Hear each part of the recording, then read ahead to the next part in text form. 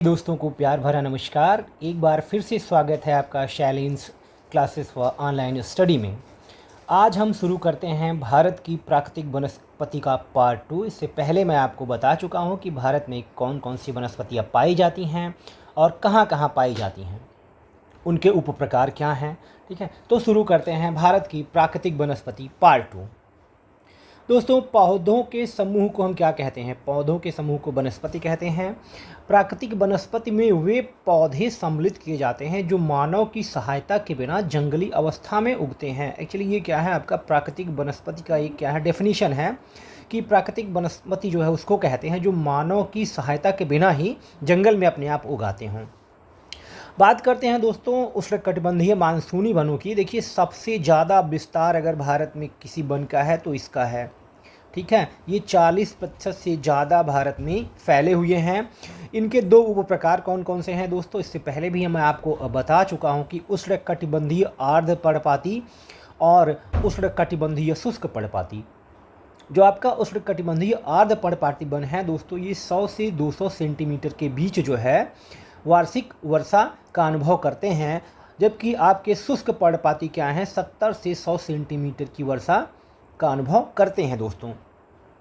उष्णकटिबंधीय आर्द्र पर्णपाती जो ये 100 से 200 सेंटीमीटर वाले हैं मुख्यतः पाए जाते हैं। देखिए, सह्याद्री का पूर्वी ढलान, आपको मैंने बताया है कि ये आपका भारत का नीचे का हिस्सा है, प्रायद्वीपीय भारत है, और मानसून जब आता है सबसे पहले आपका भारत के इस पार्ट पे यानी पश्चिमी भारत के पश्चिमी पार्ट पे टकराता है और यहाँ पे भयंकर वर्षा करता है, जिससे वहाँ पे सदाबहार वन पाए जाते हैं दोस्तों।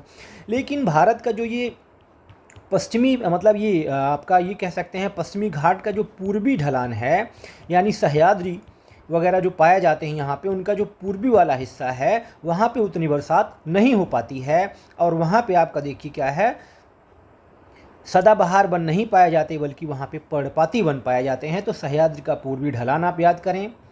प्रायद्वीप का उत्तर पूर्वी पठार जो आपका है, प्रायद्वीप का उत्तर पूर्वी पठार मतलब ये वाला हिस्सा है, तो आपका प्रायद्वीप का उत्तर पूर्वी पठार, यहाँ भी आपका क्या होता है, कौन से वन पाए जाते हैं? उष्णकटिबंधीय आर्द्र पर्णपाती वन। शिवालिक के सहारे भाभर व तराई प्रदेश, तो आपको मैंने बताया था कि मानसून की एक शाखा ऐसे निकलती है और यहाँ पे जाती है और हिमालय से टकराकर आपका कोरियालिस बल के प्रभाव से यहाँ पे एक बेल्ट में भयंकर बरसात करती है। इसलिए वहाँ पे जो एक पट्टी है वहाँ पे तो पाए जाते हैं आपके कौन से वन? सदाबहार वन, क्योंकि वहाँ पे बरसात अक्सर होती रहती है। लेकिन उसी के आसपास के आपके शिवालिक के सहारे जो भाभर व तराई प्रदेश है उसके नीचे आपका कौन से वन पाए जाते हैं? उष्णकटिबंधीय आर्द्र पर्णपाती वन पाए जाते हैं, क्योंकि वहाँ पर वर्षा जो है मानसूनी हो जाती है। ठीक है, ये विशेष रूप से मानसूनी वन है। इसमें देखिए शीशम, सागौन, साखू, आम, महुआ, खैर, चंदन, त्रिफला, ये सब आपके कौन से हैं, इसमें आते हैं। इसके पहले मैं आपको बता चुका हूँ कि कौन कौन से वनस्पतियाँ या कौन कौन से वृक्ष हैं जो इनके अंतर्गत आते हैं। अब हम बात करते हैं दोस्तों उष्णकटिबंधीय शुष्क पर्णपाती वनों की। ये देखिए 70 से 100 सेंटीमीटर इनकी वार्षिक वर्षा है। इन वनों में ऊंचे पेड़ों का अभाव होता है, क्यों? क्योंकि वर्षा कम है। शुष्क सीमांत क्षेत्रों में ये वन कटीले वनों और झाड़ियों में बदल जाते हैं। ठीक है, मतलब ये क्या है कि आपको इससे पहले मैंने बताया था वनों का जो तीसरा प्रकार था कटीले वन और झाड़ियाँ, जहाँ पे आपका शुष्क क्षेत्र होगा वहाँ पे ये वन क्या हो जाएंगे? कटीले वन और झाड़ियों में बदल जाएंगे दोस्तों। सबसे ज़्यादा ये शुष्क पर्णपाती वन देखिए यूपी में पाए जाते हैं, दूसरे नंबर पे मध्य प्रदेश में और तीसरे नंबर पे दोस्तों ये महाराष्ट्र में पाए जाते हैं। अत्यधिक चराई जो है यहाँ की क्या है दोस्तों, मुख्य समस्या है। पशुओं का चारागाह एक तरह से ये बन जाते हैं, इसलिए ये क्या होता है, पेड़ जो है वहाँ पे उतना विकास नहीं कर पाते हैं जितना कि आपका आर्द्र पर्णपाती या फिर सदाबहार वन करते हैं। अब दोस्तों हम बात करते हैं विभिन्न प्रकार के वन समूहों का वनावरण। तो सबसे ज़्यादा देखिए आपको पता है कि उष्णकटिबंधीय पर्णपाती वन सबसे ज़्यादा पाए जाते हैं भारत में। इसके अलावा उष्णकटिबंधीय जब उनके उपप्रकार की बात करें दोस्तों तो उनके दो उपप्रकार यहाँ पे बनाए गए हैं। उष्णकटिबंधीय शुष्क पर्णपाती यानी ट्रॉपिकल ड्राई डिसिडियस फॉरेस्ट, सबसे ज़्यादा ये पाए जाते हैं दोस्तों, 40.86% से ये फैले हुए हैं। दूसरे पे है दोस्तों उष्णकटिबंधीय नम्न पर्णपाती वन यानी ट्रॉपिकल मॉइस्ट डेसिडियस, ये दूसरे नंबर पे सबसे ज़्यादा पाए जाते हैं। फिर उष्णकटिबंधीय अर्ध आर्द्र सदाबहार वन, फिर आपका चौथे नंबर पे उपोष्ण कटिबंधीय चौड़ी पत्ती युक्त पर्वतीय वन दोस्तों। पांचवें नंबर पे है हिमालय वन समशीतोष्ण one, Himalaya moist temperate forest. छठवें पे है उष्णकटिबंधीय कांटेदार वन यानी ट्रॉपिकल थ्रोन। सातवें नंबर पे दोस्तों पाए जाते हैं उष्णकटिबंधीय आर्द्र सदाबहार one, tropical wet evergreen forest जो है सातवें नंबर पे आते हैं जो भारत में पाए जाते हैं। इसके पहले दोस्तों ऊपर मैंने यहाँ पे बताया हुआ था भारत में सर्वाधिक क्षेत्रफल पर पाया जाने वाला वन आपका यही है आपका उष्णकटिबंधीय शुष्क पर्णपाती वन, शायद उसमें मैंने आपको बता दिया था इसको। एक सेकंड दोस्तों,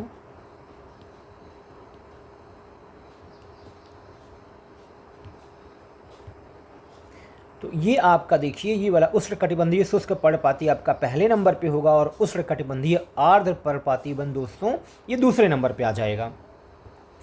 आई होप, मुझे उम्मीद है कि अब आप समझ चुके होंगे कि उष्णकटिबंधीय शुष्क पर्णपाती वन सबसे ज़्यादा भारत में पाए जाते हैं। दूसरे नंबर पे है आपका उष्णकटिबंधीय नम पर्णपाती वन। फिर देखिए उष्णकटिबंधीय आर्द्र सदाबहार वन, ट्रॉपिकल सेमी एवरग्रीन, उपोष्ण कटिबंधीय चौड़ी पत्ती युक्त पर्वतीय वन चौथे नंबर पे हैं। पांचवें पे हैं हिमालय वन समशीतोष्ण वन, हिमालय मॉइस्ट टेम्परेट। छठे पे हैं उष्णकटिबंधीय कांटेदार वन। सातवें पे हैं उष्णकटिबंधीय आर्द्र सदाबहार वन। तो दोस्तों आपको मुख्यतः यही दोनों को याद करने की ज़रूरत है, इसको आप मगअप करिएगा और यही एग्ज़ाम में ज़्यादातर पूछे भी जाते हैं। आगे बढ़ते हैं दोस्तों, तो भारत में जो ये 8 प्रमुख वनस्पति क्षेत्र हैं कहाँ कहाँ पे पाए जाते हैं। तो पहला है पश्चिमी हिमालय क्षेत्र, कश्मीर से लेकर कुमायूं तक है ये, ठीक है। आपका दूसरा देखिए ये पूर्वी हिमालय क्षेत्र, सिक्किम से दार्जिलिंग तक, पूर्वी दार्जिलिंग तक। तीसरा है आपका पूर्वोत्तर क्षेत्र या असम क्षेत्र, या ब्रह्मपुत्र व सूरमा घाटियाँ इसमें आ जाती हैं। चौथा है गंगा मैदानी क्षेत्र दोस्तों। पाँचवा है सिंधु मैदान क्षेत्र। देखिए इधर आपका यहाँ पे छठा है आपका पूर्वी घाट, जिसमें आपका दक्कन क्षेत्र, भारतीय प्रायद्वीपीय समग्र भूमि इसमें आती हैं। सातवां है पश्चिमी घाट, ठीक है, वह मालाबार तट, प्रायद्वीपीय तट इसमें आ जाता है दोस्तों। और आठवें में ही आपका देखिए लक्षद्वीप और ये अंडमान निकोबार आइलैंड्स भी दोस्तों आ जाते हैं। भारतीय वनस्पति संरक्षण की बात कर लें तो बॉटनिकल सर्वे ऑफ इंडिया देखिए स्थापना इसकी 1890 में हुई थी दोस्तों। संस्थापक इसके थे सर जॉर्ज किंग। हेडक्वार्टर्स इसका कोलकाता में है दोस्तों। क्षेत्रीय कार्यालय इसके कितने हैं? 9 हैं। किसके? भारतीय वनस्पति सर्वेक्षण यानी बॉटनिकल सर्वे ऑफ इंडिया। देश के पादप संसाधनों का अन्वेषण और पौधों की प्रजातियों को आर्थिक महत्व की पहचान करना, ठीक है। जो पौधों की प्रजातियां हैं उनमें से कौन सी आर्थिक महत्व की हैं और कौन सी नहीं हैं, उनकी पहचान करना किसका काम है? भारतीय वनस्पति सर्वेक्षण का। दोस्तों हम बात करते हैं वन की, तो वन क्या है? विशाल प्रदेश जो पौधों और झाड़ियों से ढका हो उसको वन कहते हैं। दोस्तों वनस्पति क्या है? एक्चुअली क्या है कि लोग इसमें कंफ्यूज हो जाते हैं कि वन, वनस्पति, बाग, उपवन में वो उनको एक ही समझ लेते हैं, जबकि वो अलग अलग है दोस्तों। वनस्पति क्या है? एक विशेष पर्यावरण में उगने वाले पौधों के एक समुदाय को हम वनस्पति कहते हैं। बाग क्या है? यदि वृक्षों को विशेष रूप से फलों के लगाया गया जाता है तो उसको हम बाग कहते हैं। उपवन क्या है? यदि बाग आपका छोटा और खुला हो तो वो क्या है आपका दोस्तों? उसको हम उपवन कहते हैं। आगे बढ़ते हैं दोस्तों, भारत वन स्थिति रिपोर्ट 2021 17वीं रिपोर्ट। अभी फ़िलहाल भारत 2023 आ गई है। भारत वन स्थिति रिपोर्ट 2023 यानी 18वीं रिपोर्ट ये चल रही है दोस्तों। इसको मैं आपको कभी कवर करवा दूंगा। कुल मिला के बस इतना ही समझिए 2023 वाली जो है दोस्तों, क्योंकि ये तो पुरानी हो चुकी है, इसको पढ़ने का कोई मतलब है नहीं दोस्तों, ठीक है। तो इसमें जो है देखिए ग्रीन कवर की अगर हम बात कर लें 2023 वाले में दोस्तों, तो इसमें आपका देखिए ग्रीन कवर मतलब forest cover plus tree cover दोनों आते हैं। मतलब बड़े जंगल और बिखरे हुए पेड़ों को अगर आप जोड़ देते हैं तब पूरा का पूरा हरियाली क्षेत्र आपका आ जाता है, ठीक है। तो कुल ग्रीन कवर इस समय कितना है दोस्तों? 25.17% है। ये जो है आपका इम्पोर्टेंट है, पूछा जाता है ग्रीन कवर। राष्ट्रीय लक्ष्य हमारा क्या है? एक्चुअली वन स्थिति, जैसे आपका ये वन स्थिति रिपोर्ट 2023 आई है, वैसे ही वन स्थिति रिपोर्ट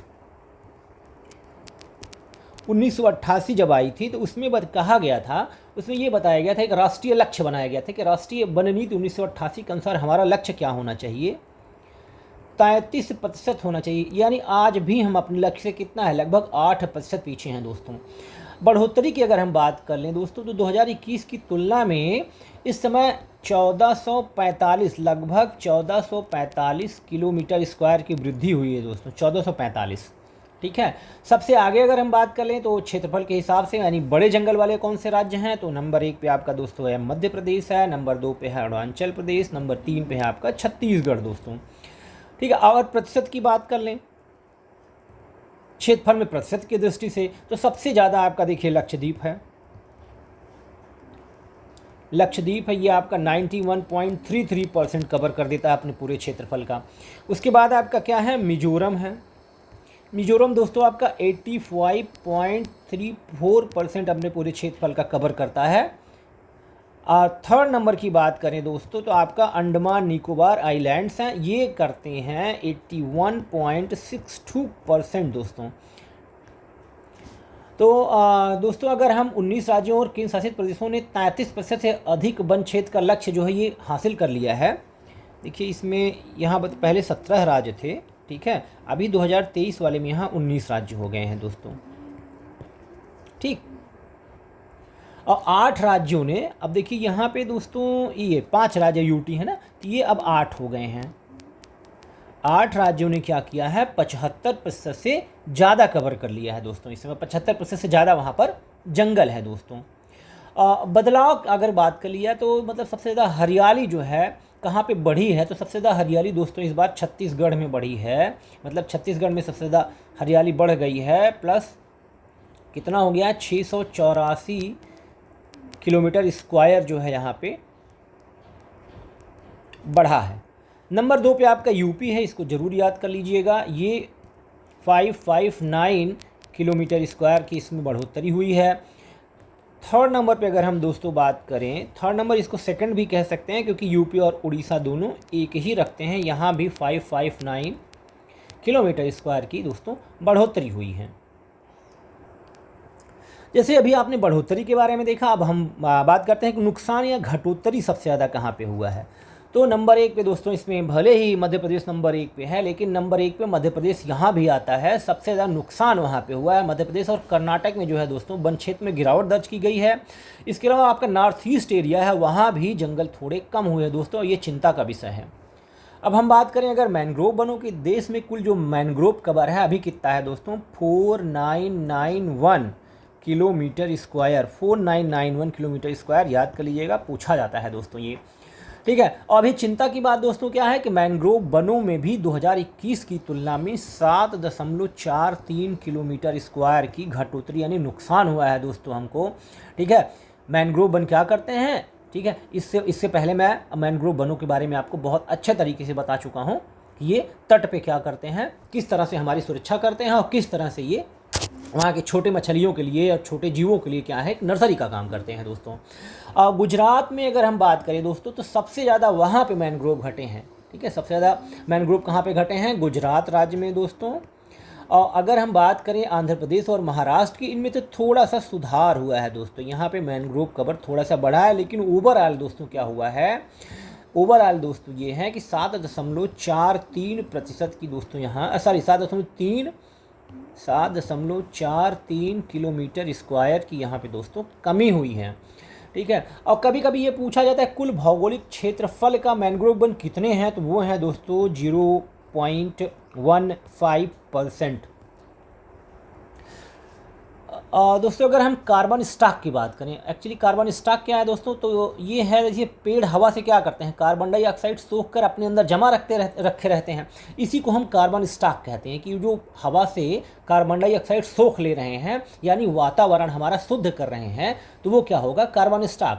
तो भारत के जंगलों का कुल कार्बन स्टॉक दोस्तों अभी कितना है, 7285.5 मिलियन टन दोस्तों है। 7285.5 मिलियन टन क्या है इस समय भारत का कुल कार्बन स्टॉक है कुल जंगलों का।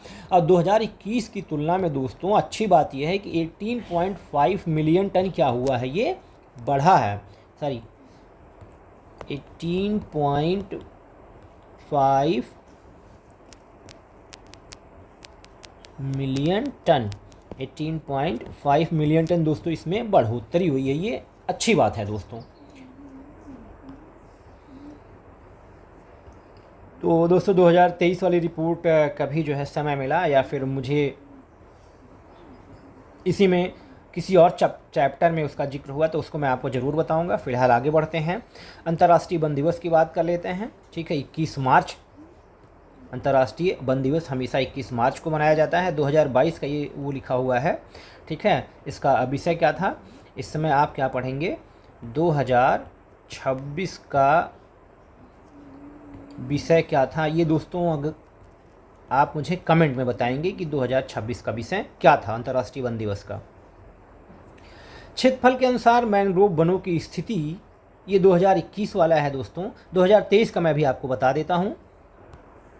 तो दोस्तों 2023 में भी अगर बात की जाए तो यही तीनों नंबर 1 पे हैं। वेस्ट बंगाल में सबसे ज़्यादा मैंग्रोव वन है, जैसे यहाँ पे 2114 हुआ है दोस्तों। ठीक है, यहाँ पे 2114 है। तो 2023 वाली रिपोर्ट में बस इतना ही समझिए कि 2119 हो गया है, मतलब 5 किलोमीटर स्क्वायर की बढ़ोतरी हुई है। नंबर 2 पे अभी भी गुजरात है और नंबर 3 पे अभी भी अंडमान एंड निकोबार आइलैंड्स हैं दोस्तों मैनग्रोव से रिलेटेड मैं आपको एक और फैक्ट बताता हूं कि भारत सरकार ने मैनग्रोव वनों के जो संरक्षण और तटीय इलाकों में इनके रोपण को बढ़ावा देने के लिए एक योजना की शुरुआत की है। उसका नाम है दोस्तों MISHTI यानी मिस्टी। मिस्टी क्या होता है दोस्तों, mangrove initiative, TIATIVE initiative for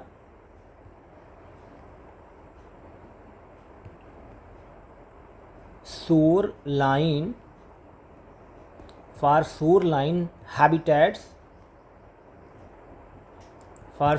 habitats and tangible incomes। ठीक है, mangrove initiative for shoreline habitats and tangible incomes. ये दोस्तों अक्सर जो है मिस्टी जो है ये परीक्षाओं में पूछा जा रहा है, तो इसको ज़रूर याद करिएगा दोस्तों। अब दोस्तों हम बात करते हैं वनों के वर्गीकरण के बारे में। ये क्या है, ये प्रशासन के आधार पे सरकार ने वनों को किस तरीके से वर्गीकृत किया है। तो सबसे हम बात कर लेते हैं आरक्षित वनों की या रिजर्व फॉरेस्ट की। सरकार के प्रत्यक्ष ये पर्यवेक्षण में रहते हैं। लकड़ी का एकत्रण व चराई यहाँ पे पूर्णतः वर्जित है दोस्तों। ठीक है, संरक्षित यानी प्रोटेक्टेड फॉरेस्ट कौन कौन से हैं, सरकार की देखरेख में ये भी हैं। स्थानीय लोगों को लकड़ी का एकत्रण और मवेशी को चराई की यहाँ पे दोस्तों अनुमति है, लेकिन वन को किसी तरह का गंभीर नुकसान ना हो।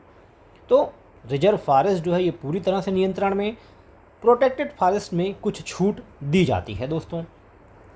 थर्ड पे आपका जैसे अवर्गीकृत वन यानी अनक्लासिफाइड जो फॉरेस्ट हैं, तो वृक्षों को काटने व मवेशियों को चराने पर कोई यहाँ पे प्रतिबंध नहीं है दोस्तों।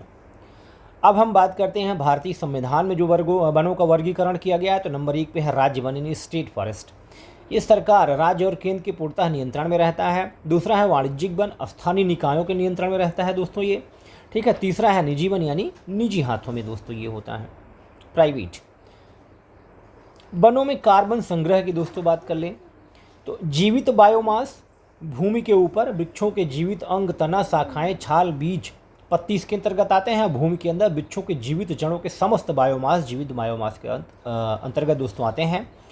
मृत जैव पदार्थ की बात कर लें तो जो मृत काष्ठ हैं दोस्तों, समस्त आजीविक लकड़ी जो भूमि पर खड़ी अथवा पड़ी है। कचरा, समस्त आजीविक बायोमास जो विघटन की विभिन्न अवस्थाओं में भूमि पर पड़ा हो। मृदा के जैविक पदार्थ जैसे खनिज, जैविक मृदा में पाए जाने वाले जैविक कार्बन आपका मृत जैव पदार्थ के अंतर्गत दोस्तों आते हैं। तो दोस्तों इससे पहले क्या कभी आपने बायोमास के बारे में सुना है? अगर नहीं सुना है तो इसको आइए हम सरल और सहज भाषा में समझने का प्रयास करते हैं दोस्तों। तो जंगल में दोस्तों ये कार्बन स्टॉक की अगर बात कर लें हम दोस्तों, ये जंगल में जो कार्बन स्टॉक होता है, मतलब यह जंगल की तिजोरी आप समझ सकते हैं। जंगल की तिजोरी अगर इसको समझ लें और इसका 3 मुख्य घर आप समझ लें ऐसे करके, पहला घर ये, दूसरा घर ये और तीसरा घर ये दोस्तों, ठीक है। पेड़ पौधे जो है दोस्तों करते क्या है, एक्चुअली इनका काम क्या है कि जो ये आपकी जहरीली कार्बन डाइऑक्साइड गैस है उसको ये सोखते रहते हैं, उसे अपने अंदर लकड़ी, पत्तियों, जड़ों सभी में वो जमा करते रखते हैं। इसी को हम जंगल का कार्बन स्टॉक कहते हैं। आई होप कार्बन स्टॉक अब आप समझ गए होंगे, ठीक है। अब वैज्ञानिकों ने इन कार्बन को मुख्य रूप से 3 बड़े हिस्सों में क्या किया है, बांट दिया है। वही 3 घर की जो मैं बात कर रहा था दोस्तों। तो जैसे पहला है आपका जीवित बायोमास। जीवित बायोमास एक्चुअली क्या है, जंगल के जो जीवित हिस्से हैं, ठीक है। और बायोमास का सीधा सा मतलब है जीवित चीज़ों का वजन। इसको हम 2 भागों में देख सकते हैं, जैसे ज़मीन के ऊपर अभी आपको मैंने बताया, ठीक है। आंखों के सामने जो हमको जिंदा दिखाई देता है, जैसे पेड़ों के तने, टहनियाँ, पत्तियाँ, उनकी छाल, भारी मात्रा में कार्बन इनमें जमा होता है। ज़मीन के अगर हम नीचे की दोस्तों बात करें तो वहाँ पे क्या होता है, ऊपर से हमको दिखता नहीं है लेकिन ज़मीन के अंदर फैली पेड़ों की जिंदा जड़ें भी अपने अंदर बहुत सारा कार्बन जो है दोस्तों समेट कर रखती हैं। और अगर हम इसी मृत जैव पदार्थ की बात करें, यानी डेड ऑर्गेनिक मैटर जो होते हैं, ये क्या है, जंगल का एक तरह से कह सकते हैं कि मरा हुआ हिस्सा है। जो चीज़ें कभी जिंदा थी लेकिन अब मर चुकी हैं, वे भी कार्बन की जो है दोस्तों बहुत बड़ी तिजोरी हैं। इसको अगर हम 2 हिस्सों में बांट के देखें तो जो सूखी या मरी हुई लकड़ी है दोस्तों, ऐसे सूखे पेड़ जो या तो जंगल में सीधे खड़े हैं या टूट कर ज़मीन पर गिर चुके हैं, भले ही ये बेजान है पर इनके अंदर का कार्बन हवा में नहीं गया है बल्कि इसी लकड़ी में लॉक है दोस्तों। कचरे की अगर हम बात कर लें, ठीक है, कचरा पेड़ से टूट कर जो ज़मीन पर गिरी पत्तियाँ हैं, छोटे तिनके हैं, फल फूल हैं, जो धीरे धीरे क्या हो रहे हैं, सड़ रहे हैं या विघटित हो रहे हैं, जिनको बैक्टीरिया विघटन की अवस्था में लेके चले गए हैं, यह कचरा भी ज़मीन के ऊपर क्या है, कार्बन को रोक कर दोस्तों क्या कर रहा है, रख रहा है। तो जंगल की जो मिट्टी है, अगर हम मिट्टी की बात कर लें दोस्तों, ये मृदा, ये क्या है, कोई साधारण मिट्टी नहीं होती है। जब ऊपर की पत्तियाँ और लकड़ियाँ सड़कर पूरी तरह मिट्टी में मिल जाती हैं तब क्या होता है, ये ह्यूमस या जैविक कार्बन में बदल जाती हैं दोस्तों। और मिट्टी के कणों के बीच और बारीक खनिजों के साथ मिलकर यह क्या करते हैं, यह कार्बन सैकड़ों सालों तक ज़मीन के अंदर सुरक्षित रहता है। सच तो यह है कि कई जंगल में पेड़ों से ज़्यादा कार्बन उनकी मिट्टी के अंदर जमा हुआ है दोस्तों। और दोस्तों जब जंगल कटते हैं या उनमें आग लगती है तो इन जो ये तीनों घर मैंने आपको बताए थे, यही इसमें जो कार्बन डाइऑक्साइड आपकी कार्बन या आपका जो है ये बंद था, ये अचानक क्या होता है, बाहर निकलकर हवा में मिल जाता है और धरती का तापमान बढ़ा देता है, जिसे कि आम भाषा में हम ग्लोबल वार्मिंग कहते हैं। इसलिए दोस्तों क्या है, जंगलों को बचाना बहुत ही ज़रूरी है। मुझे उम्मीद है दोस्तों अब आप ये कॉन्सेप्ट बहुत अच्छे तरीके से समझ चुके होंगे। आगे बढ़ते हैं।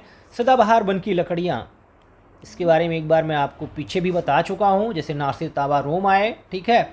इसमें आपका कुछ और है, उसको जोड़ लीजिए। इसके लिए मैंने एक साइट ट्रिक बनाई है, गुना तूते पूते। गु से आपका हो जाएगा गुर्जन। गुर्जन आपका असम, वेस्ट बंगाल, अंडमान निकोबार आइलैंड्स में पाया जाता है। इसका काम क्या होता है दोस्तों, ये पैकिंग पेटी में इसका काम किया जाता है। चाय का डिब्बा इससे बनता है, इससे फर्श बनती है, इससे मालगाड़ी के डिब्बे जो है पहले बना करते थे दोस्तों, अब तो लोहे के आने लगे हैं, ठीक है। तेलसुर या इरुपू, तेलसुर या इरुपू जो है आपका, ये क्या है, वेस्ट बंगाल, केरल, अंडमान निकोबार आइलैंड्स में पाया जाते हैं। नौका, पुल, रेलवे स्लीपर पहले इसके बनते थे दोस्तों, अब तो रेलवे स्लीपर किससे बनने लगे हैं, सीमेंट से। तून, तून जो है आपका दोस्तों ये वाला, ये आपका हिमालय के गिरिपथ एरिया में पाया जाता है, मतलब शिवालिक और मैदान के बीच में जो एरिया है। तेंदू, केरल, तमिलनाडु, कर्नाटक में, मालाबार तट पर, गोवा, महाराष्ट्र के शुष्क सदाबहार वनों में ये आपका तेंदू पाया जाता है। कीड़ों के आक्रमण के लिए प्रतिरोधी क्षमता इनमें होती है। नक्काशी तथा सजावट के लिए दोस्तों ये प्रयोग में लाया जाता है। नाहर, असम तथा मालाबार तट पर पाया जाता है। पून, पश्चिमी घाट में पाया जाता है, कर्नाटक में पाया जाता है, नीलगिरी क्षेत्र में पाया जाता है, तमिलनाडु में पाया जाता है दोस्तों। तो गुना तूते पूते आपका, आई होप आप ये समझ चुके होंगे। फिर आगे बढ़ते हैं दोस्तों, मानसून वन की लकड़ियों के बारे में थोड़ा बात कर लेते हैं। जैसे आपका हो गया सखुआ, अर्ध हिमालय प्रदेश में, कांगड़ा हिमाचल प्रदेश, दारंग असम, तथा मेघालय तक ये विस्तृत हैं। सागौन यानी टीक मानसूनी जलवायु का सबसे प्रमुख वृक्ष है दोस्तों, आपको पहले भी बता चुका हूँ, सबसे ज़्यादा यह मध्य प्रदेश में पाया जाता है। शीशम फर्नीचर, वाद्ययंत्र, कृषि उपकरणों में इनका प्रयोग किया जाता है, बहुत ही मजबूत लकड़ी होती है शीशम की। हल्दू बात कर लें, खिलौना बनाने में इसका प्रयोग किया जाता है और नक्काशी के लिए किया जाता है दोस्तों। पलास बता ही चुका हूँ, पलास क्या है, जंगल की आग। अर्जुन महुआ, मधुका इंडिका, इसका महुआ का जो आपका साइंटिफिक नेम मधुका इंडिका है। सेमल, सीमल दोस्तों क्या है, असम बिहार तमिलनाडु में इसके फल से क्या है प्राप्त कोमल रेशों का उपयोग तकिया तथा गद्दा बनाने में किया जाता है। सीमल का प्रयोग याद करिए, रखिएगा इसको दोस्तों। सहतूत यानी मलबरी, इसका उपयोग खेल कूद के सामग्री बनाने में दोस्तों किया जाता है। जामुन साइजीजियम क्यूमिनी, ये आपका क्या है, इसका साइंटिफिक नेम है, ठीक है। ये भी आपका किस में आता है, सीसा सासा आचा अप शीस हमजा, ये दोस्तों मैंने सीसा सासा आचा के बारे में पहले ही बता दिया। अप शीस हमजा और आप याद कर सकते हैं। और आप जो है मानसून वन की लकड़ियों के बारे में पूरा का पूरा जितनी भी आपकी मतलब मुख्य मुख्य वनस्पतियां हैं सबको आप याद करने में सक्षम हो जाएंगे।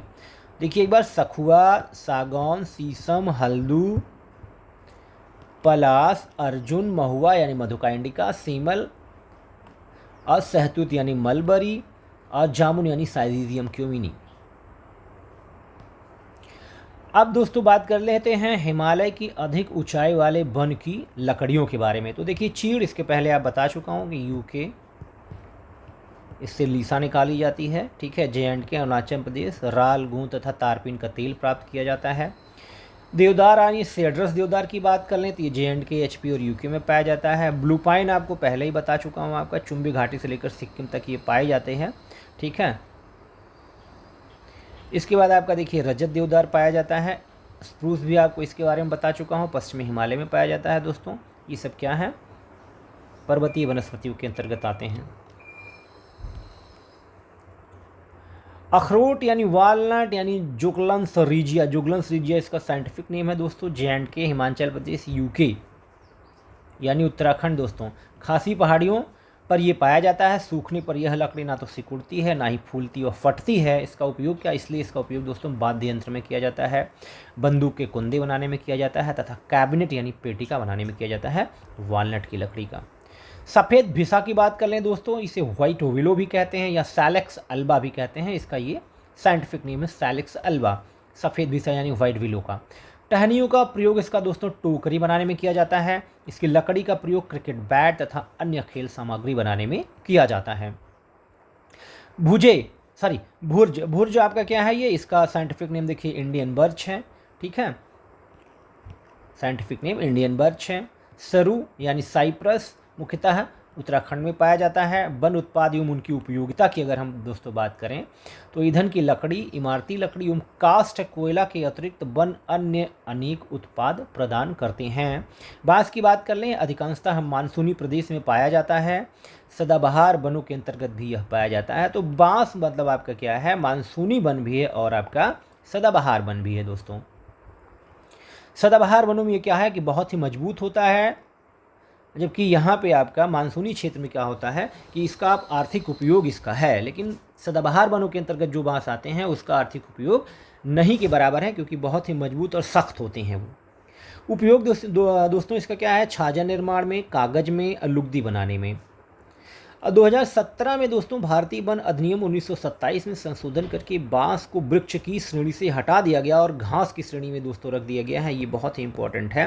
घास की श्रेणी में क्यों रखा गया, जिससे जो है इसकी कटाई, ढुलाई और इससे बनने वाली सामग्री पर पूर्णतः जो है जो प्रतिबंध लगा हुआ था उसको रोका जा सके।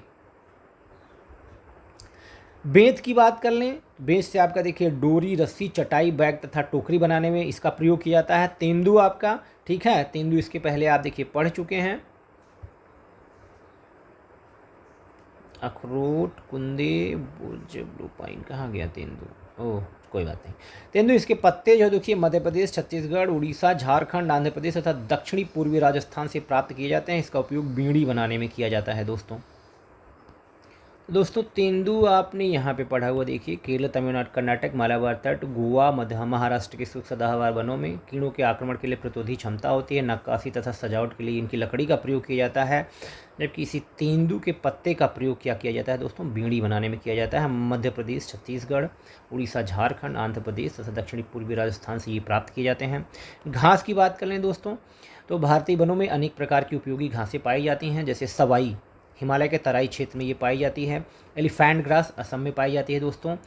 स्पीयर ग्रास या उल्ला घास, पन्नी घास, खसखस घास, ये भारत तथा सवाई माधोपुर में पाई जाती हैं दोस्तों। कौन सी? खसखस घास, ठीक है। स्पीयर, उल्ला, ये सब क्या है, घासों के एक प्रकार हैं। पन्नी, जबकि खसखस घास की जो इंपॉर्टेंट हैं, ठीक है, आर्थिक रूप से जो उपयोगी हैं, उनको मैंने ब्रेकेट में लिख भी दिया है कहाँ कहाँ पाई जाती है। जैसे खसखस घास आपका भारत तथा सवाई माधोपुर या राजस्थान में पाई जाती है। इसका उपयोग जो क्या होता है, गर्मी के दिनों में ठंडे पर्दे के लिए किया जाता है, किसका? खसखस घास का, ठीक है। कूलन में भी इसी का घास का प्रयोग किया जाता है दोस्तों। रोसा, नींबू तथा अदरक की घासों से औषधि तथा सुगंधित तेल प्राप्त किया जाता है दोस्तों।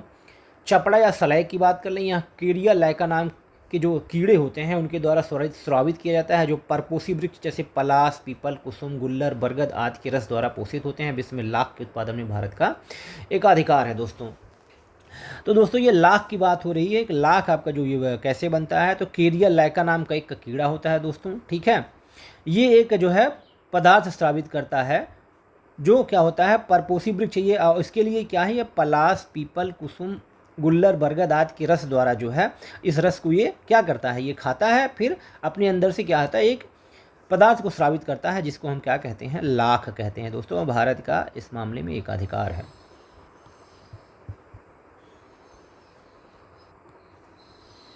दोस्तों इस लाख का जो प्रयोग किया गया था, रेशम की रंगाई में, चूड़ियों में, रंग, युद्ध सामग्री में, पटाखे, ग्रामोफोन के रिकॉर्ड में, विद्युत रोधक सामग्री बनाने में, क्योंकि ये जो होता है विद्युत रोधक का काम करता है।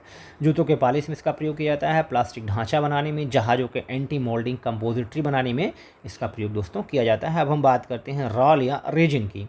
तो रॉल फेनियो रेगेमेक प्रजाति की वनस्पति का निःस्राव है।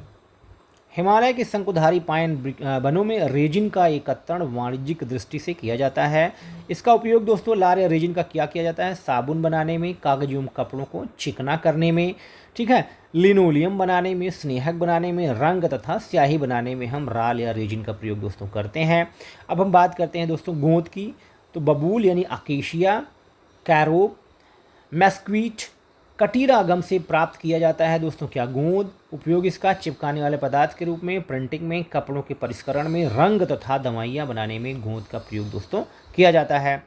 चर्म शोधक तथा रंग की बात कर लें यानी रंजक की, तो चर्म शोधक का उपयोग खालों तथा चमड़ों के प्रोटीन स्कंदन के लिए किया जाता है, जिससे प्रतिरोधी चमड़े का उत्पादन किया जा सके। चर्म शोधक मैंग्रोव, सुंदरी, अर्जुन, इंडियन आलमंड्स यानी बादाम, बेर, आंवला, चेस्टनट आदि की छालों से प्राप्त किया जाता है। दोस्तों खैर की यानी कत्थे की बात कर लें, तो खैर की लकड़ी से कत्था प्राप्त किया जा सकता है दोस्तों। उत्तराखंड, उत्तर प्रदेश, हिमाचल प्रदेश, मध्य प्रदेश, छत्तीसगढ़, झारखंड, गुजरात तथा बिहार में मुख्यतः यह खैर की लकड़ी पाई जाती है। इसके महत्वपूर्ण कारखाने बरेली तथा शिवपुरी जो मध्य प्रदेश वाला है वहाँ पर स्थित हैं दोस्तों।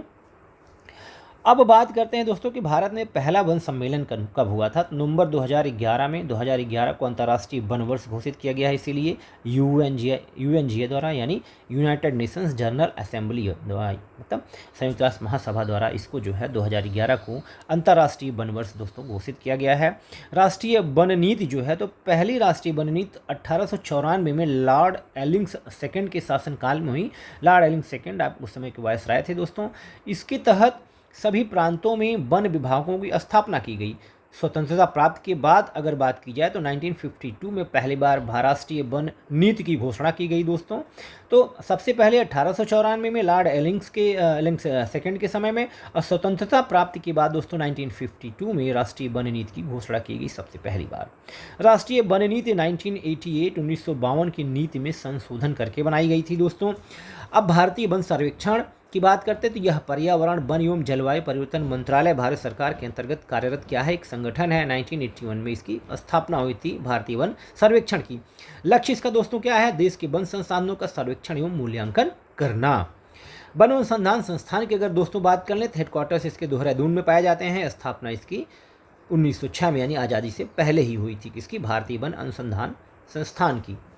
क्षेत्रीय कार्यालय दोस्तों इसके 4 हैं वन अनुसंधान संस्थान के। कोयम्बटूर यानी तमिलनाडु में, ठीक है, बर्नीहाट यानी मेघालय में, बंगलुरु यानी कर्नाटका में, और जबलपुर यानी मध्य प्रदेश में दोस्तों।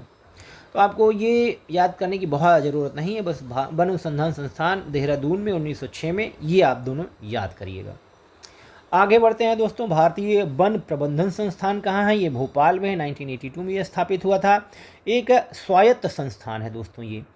पर्यावरण, वन एवं जलवायु परिवर्तन मंत्रालय के अंतर्गत आता है। वन संरक्षण अधिनियम की दोस्तों बात करें, केंद्र सरकार ने 1980 में वन संरक्षण अधिनियम पारित कर लागू किया, जिसके अनुसार किसी भी वन भूमि को सरकार की अनुमति के बिना कृषि भूमि में परिवर्तित नहीं किया जा सकता है। ये 1980 वाला।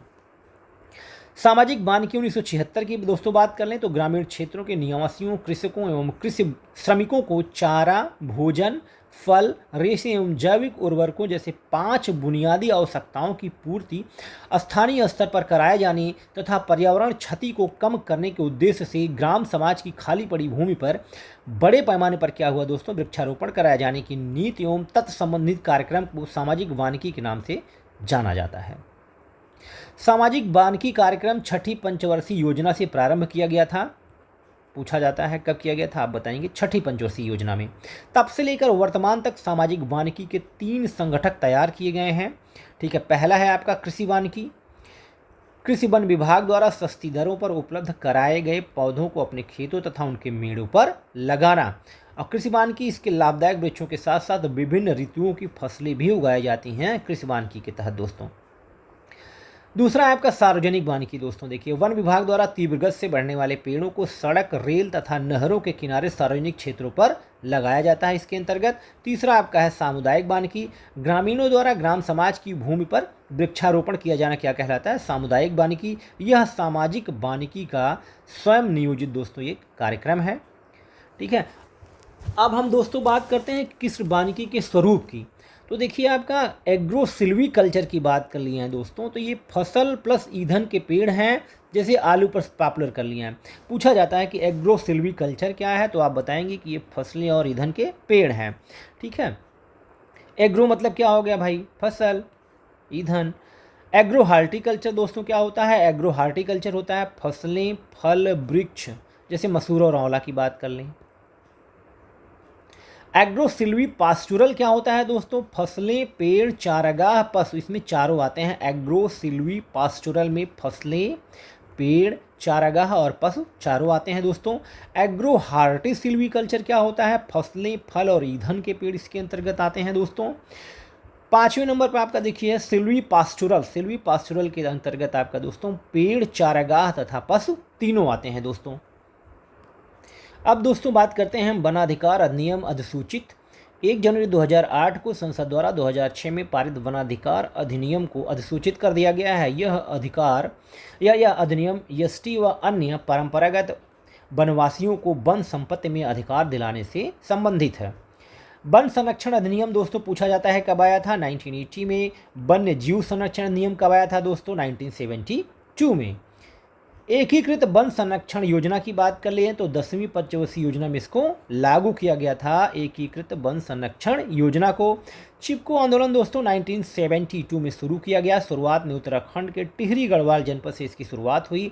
इसके प्रेरणा स्रोत रहे पर्यावरणविद सुंदरलाल बहुगुणा। राष्ट्रीय बांस मिशन का पुनर्गठन दोस्तों 25 अप्रैल 2018 को पीएम की अध्यक्षता में CCEA ने सतत कृषि हेतु राष्ट्रीय मिशन यानी NMSA के अंतर्गत केंद्र प्रायोजित पुनर्गठित राष्ट्रीय बांस मिशन को स्वीकृति प्रदान की। NBM यानी नेशनल बैम्बू मिशन केंद्र प्रायोजित परियोजना के रूप में 2006-07 में प्रारंभ किया गया था। ये CCEA क्या है दोस्तों? इसके बारे में आप समाचार पत्रों में पढ़ते होंगे, cabinet committee on economic affairs. अब दोस्तों बात कर लेते हैं विश्व बांस संगठन द्वारा 18 सितंबर को विश्व बांस दिवस के रूप में मनाया गया। तो ये आप याद कर लीजिएगा, 18 सितंबर को क्या मनाया जाता है? विश्व बांस दिवस। बांस को प्रायः दोस्तों हरे सोने की भी संज्ञा दी जाती है। अब हम बात करते हैं भारत में प्रमुख वानिकी शोध संस्थानों की। फॉरेस्ट रिसर्च इंस्टीट्यूट देहरादून में, arid forest research institute Jodhpur में, एरिड यहाँ पे मतलब सूखाग्रस्त, क्यों? क्योंकि जोधपुर क्या है, सूखाग्रस्त इलाके के अंतर्गत आता है, इसलिए इसका रिसर्च इंस्टीट्यूट जोधपुर में है दोस्तों। Institute of would science and technology, ये कहाँ पे है? बेंगलुरु में है। टेक्नोलॉजी से संबंधित है तो ऑब्वियस सी बात है बेंगलुरु में होना चाहिए। मतलब ये मैं आपको एक याद करने का तरीका बता रहा हूँ, जरूरी नहीं कि ये आपका बेंगलुरु में हो, लेकिन फिलहाल ये institute of would science and technology कहाँ है? बेंगलुरु में है। रेन फॉरेस्ट रिसर्च इंस्टीट्यूट कहाँ पे है? जोरहाट राजस्थान में। ठीक है, रेन फॉरेस्ट रिसर्च। अब जोरहाट ये आपका क्या होता है, ये सूखे के तहत आते हैं राजस्थान के वो इलाके, तो वहाँ पे रेन में फॉरेस्ट में रेन कैसे हो, ठीक है, उसी के लिए रिसर्च से संबंधित ये इंस्टीट्यूट है, जोरहाट राजस्थान। ये याद करने का तरीका है दोस्तों। Institute of forest genetics and tree breeding आपका ये कहाँ पे है? कोयम्बटूर तमिलनाडु में। Centre for social forestry and eco rehabilitation कहाँ पे है दोस्तों? आपके यूपी में, प्रयागराज में। हिमालयन फॉरेस्ट रिसर्च इंस्टीट्यूट दोस्तों शिमला में है आपका। Advance centre for biotechnology and mangrove forest आपका कहाँ पे है? ये हैदराबाद में। ट्रॉपिकल फॉरेस्ट्री रिसर्च इंस्टीट्यूट कहाँ पे है? जबलपुर में। Institute of forestry research and human resource development दोस्तों कहाँ है? ये आपका छिंदवाड़ा मध्य प्रदेश में है। ठीक है, भारतीय वन अनुसंधान और शिक्षा परिषद आपका कहाँ पे है दोस्तों? देहरादून में। इसी प्रकार दोस्तों इंस्टीट्यूट फॉर फॉरेस्ट प्रोडक्टिविटी कहाँ है आपका? रांची में है। Indian plywood industries research and training institute कहाँ है दोस्तों? बेंगलुरु में है। Indian institute of forest management दोस्तों भोपाल में है, यूपीपीसीएस में पूछा भी गया है ये। जीबी पंत हिमालयी पर्यावरण एवं विकास संस्थान दोस्तों अल्मोड़ा में है। उष्णकटिबंधीय वनस्पति उद्यान और अनुसंधान संस्थान आपका तिरुवनंतपुरम में है दोस्तों। भारतीय वन्यजीव संस्थान आपका कहाँ है? देहरादून में। सलीम अली पक्षी विज्ञान तथा प्राकृतिक इतिहास केंद्र आपका कहाँ पे है दोस्तों? कोयम्बटूर में। राष्ट्रीय पर्यावरण अभियांत्रिकी संस्थान आपका यानी नीरी आपका नागपुर में है दोस्तों, ये भी पूछा गया है। पारिस्थितिकी अनुसंधान केंद्र आपका दोस्तों कहाँ पे है? बेंगलोर में है। अब बात कर लेते हैं दोस्तों लोकार्ट क्या? एक सदाबहार और उप उष्णकटिबंधीय फल का ये एक वृक्ष है दोस्तों लोकार्ट। आड़ू और सेब आपका ये शीतोष्ण फल है दोस्तों। बादाम आपका भूमध्य सागरीय फसल है दोस्तों। ये तीनों पूछे गए हैं दोस्तों, इसलिए इसको यहाँ पे मैंने लिख दिया है कभी न कभी। ठीक है, भारत में मध्य प्रदेश का सर्वाधिक क्षेत्र घने पतझड़ वाले जंगल से घिरा है, इस बारे में मैं आपको बता भी चुका हूँ। पश्चिमी हिमालय की शीतोष्ण कटिबंधीय वन पेटी में देवदार वृक्ष का क्या है? बाहुल्य है। ओक, फर, देवदार, स्प्रूस, चेस्टनट, सिडार, चीड़, ठीक है, ये 1500 से 3200 किलोमीटर की ऊंचाई पर पाए जाते हैं। ये भी वर्गीकरण करके मैंने आपको दिखाया है कि कौन कौन से वृक्ष पर्वत की ऊंचाई बढ़ने पर कहाँ कहाँ पर पाए जाते हैं। तो दोस्तों आज के लिए इतना ही। अगर मेरी ये क्लास आपको समझ में आई हो और आप इससे कुछ भी अपने आप को थोड़ा बहुत भी लाभान्वित महसूस कर रहे हो तो प्लीज़ इसको सब्सक्राइब करें, शेयर करें और लाइक करें। तब तक के लिए नमस्कार।